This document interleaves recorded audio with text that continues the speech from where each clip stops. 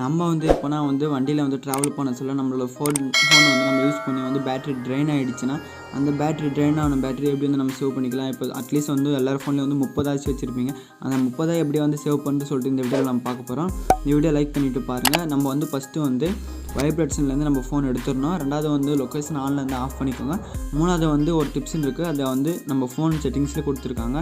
அந்தமாரி டிப்ஸ் வந்து இது வரைக்கும் யாரும் சொன்னதில்லை, நம்ம சேனலில் தான் சொல்லியிருக்கோம். முதல் தடவை இந்த சேனல் பிடிச்சிருந்தா கண்டிப்பாக சப்ஸ்கிரைப் பண்ணுங்கள்.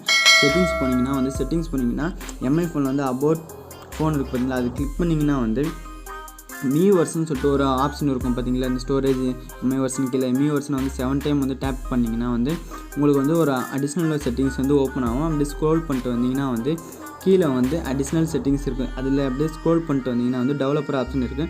டெவலப்பர் ஆப்ஷனில் வந்து லாஸ்ட்டாக வந்து ஸ்க்ரோல் பண்ணிங்கன்னா வந்து ஒரு ஆப்ஷன் ஒன்று காட்டணும், டோன்ட் கீப் ஆக்டிவிட்டீஸ்னு இருக்குல்ல. அது வந்து எதனாலன்னா நம்ம பேக்ரவுண்டில் மூலமாக தான் எல்லா ஆப் வந்து ரன் போவோம். அந்த எதுக்குமே ரன் ஆகாத அளவுக்கு இது வந்து தக்க வச்சுருக்கோம் நம்ம பேட்டரி.